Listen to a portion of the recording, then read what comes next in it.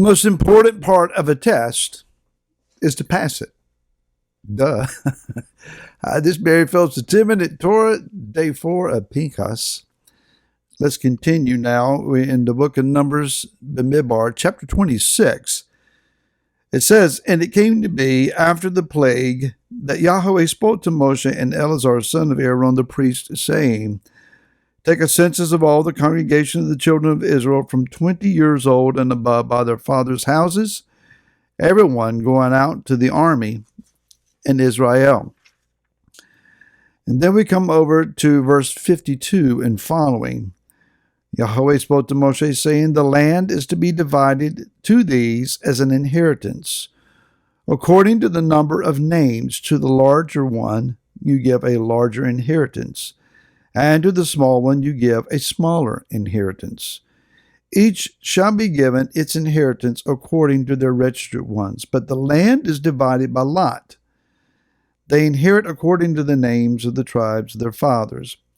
According to the lot, their inheritance is divided between the larger and the smaller." Taking a test is never any fun, at least for most of us. There's some really exceptional people, I'm sure, out there that just relish the idea. I just wish we could take a test. I remember the days where a teacher in school would say, "Everyone take out a sheet of paper, close all your books. This is a pop quiz." And I had a teacher, I think in my sophomore high school year, that warned us if we got talkative and he had to tell us to be quiet in class. He said, "I will give you a pop quiz and I can guarantee you that none of you will pass because I can know how to ask the questions you don't know the answers to." It did happen once at least. And so there are those that they study hard, they prepare hard. They look at the test and they blank. All of the study just goes like a puff of wind out of their head, and they remember nothing. They stare at the questions and nothing comes. Then there are those that it's easy, just zoom down the page and they're the first to hand it in. Life is like that in a lot of ways that we have found as adults. There are tests in life, and most of them are of the pop quiz variety, where it would seem that questions are being asked of us for which we have no answers. Tests just suddenly spring up out of nowhere.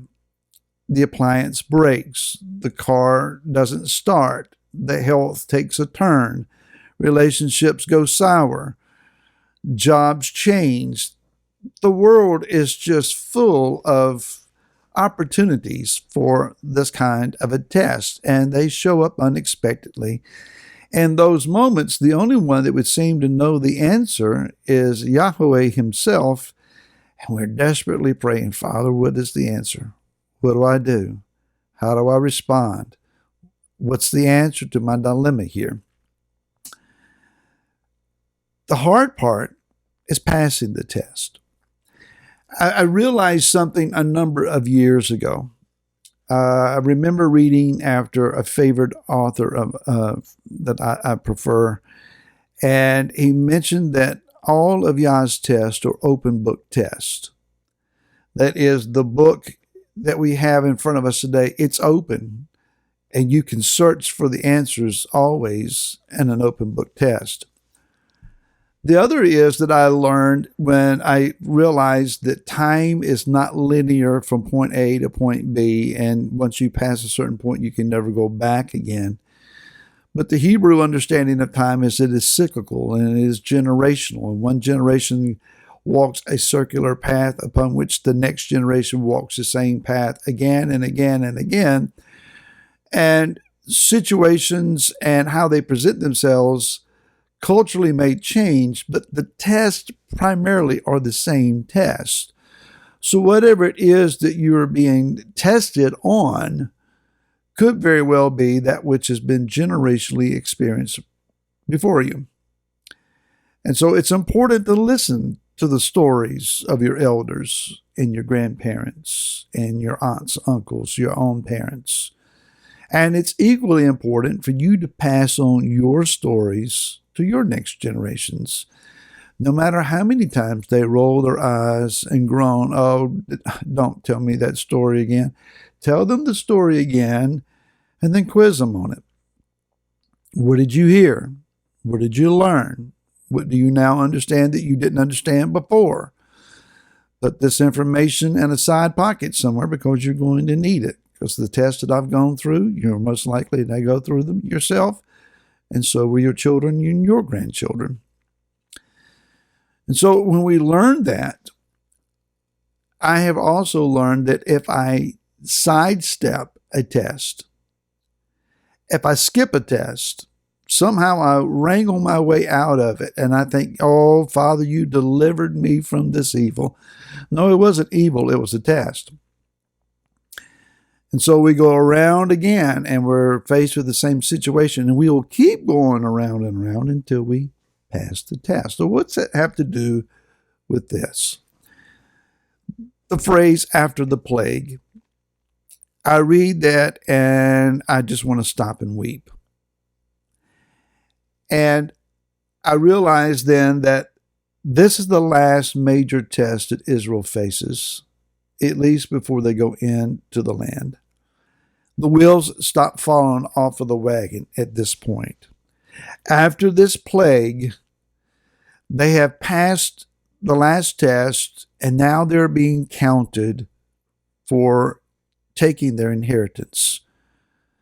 There is a point and a time where the hand-wringing and the sweating brow and the frustrated facial expressions, they stop.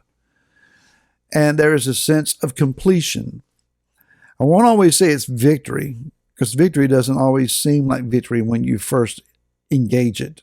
Sometimes there's the aftermath, and it's in the cleanup of the aftermath that a little later on you realize, okay, this was a victory after all. But after the plague, there's two sides to that phrase. On one side is the plague itself and all that was part of it and the requirements of it and the lessons learned.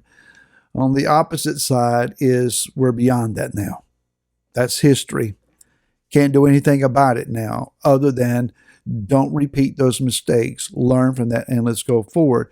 Because in the aftermath, as the numbers of the tribes have now been adjusted, so have the measures of inheritance.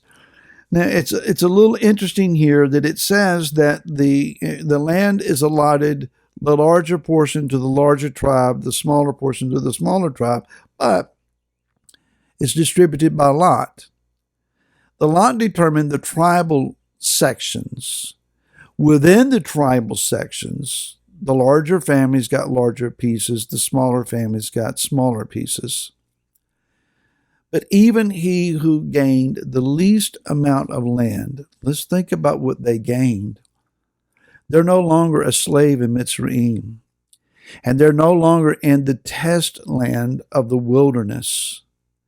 They're in the place where graduation has occurred, and with their diploma in hand, so to speak, they are now the owner of land that has been prophetically promised for hundreds, perhaps thousands of years going back to Abraham.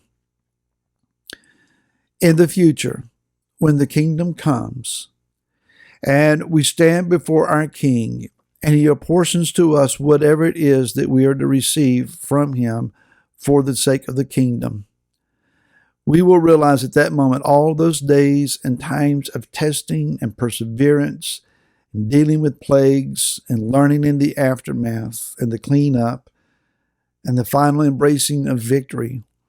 It's all worth it, because any measure of anything in the kingdom, like those who inherited the land after being in Mitzrayim, it's worth it. It's the greater portion. It is worth taking the test and studying for it. But never forget, It's open book. So keep your book open. And I hope to see you again tomorrow.